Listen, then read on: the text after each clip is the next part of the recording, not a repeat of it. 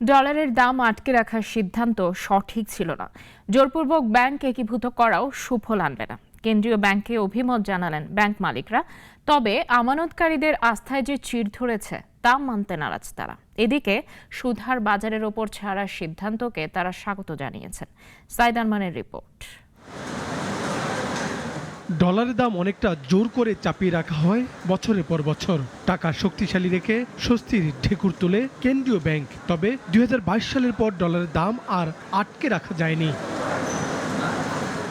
এরপর বৈদেশিক মুদ্রা বাজার অস্থির হয়ে ওঠে। অনেকে বলেন বাজারের উপর আগে ছেড়ে দিলে এতটা নৈরাজ্য হতো না, টাকাও এতটা দুর্বল হতো না। এবার সে কথা বলছে ব্যাংক মালিকরাও। সিস্টেমটা ফেল করে তখন চেঞ্জেস আনতে হবে। এখন দেখছি এই গভর্নমেন্ট, এই সরকার বা এই বাংলাদেশ ব্যাংক প্রয়োজনে চেঞ্জ আনছে। তার মানে স্যার এর আগে সিদ্ধান্তগুলো ফেল করেছে। আগে সেটা ফেল করেছে, অবশ্যই ফেল না করলে চেঞ্জ আনবে কেন। দুপুরে সাম্প্রতিক ব্যাংকিং খাত পরিস্থিতি নিয়ে ব্যাংক মালিকদের সংগঠন বিএবির সঙ্গে বৈঠক করে নিয়ন্ত্রক কর্তৃপক্ষ। বৈঠকের পর তারা বলেন সুদ হার ও বাজারের উপর ছাড়াটাকে তারা স্বাগত জানিয়েছে। পৃথিবীর কোনো দেশে এটা নাই যে ইন্টারেস্ট এত হবে ফিক্স করে দেওয়া। এটা পৃথিবীর কোথাও আছে বলেন? একটা দেশের নাম বলেন। আমি শুনি নাই, আমি জানি না। অর্থনীতি তার আপন গতিতে চলবে, চলতে চলতে এক জায়গায় থেমে যাবে, আবার নামবে, আবার উঠবে। এটাই তো অর্থনীতির নিয়ম। মার্জার প্রক্রিয়া নিয়েও সাংবাদিকদের প্রশ্নের জবাব দেন ব্যাংক উদ্যোক্তারা। বলেন জোরপূর্বক মার্জার সুফল আনবে না।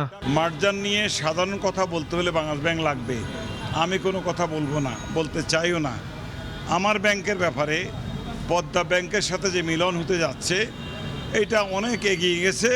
ইনশাল্লাহ এটা সাকসেসফুলি হয়ে যাবে, এটা আমি আপনাদেরকে আশ্বস্ত করলাম। কেন্দ্রীয় ব্যাংকের সার্বিক নীতি নির্দেশনায় আমানতকারীদের আস্থায় চিড় ধরেছে, এমনটি অবশ্য মানতে চাননি ব্যাংক মালিকরা।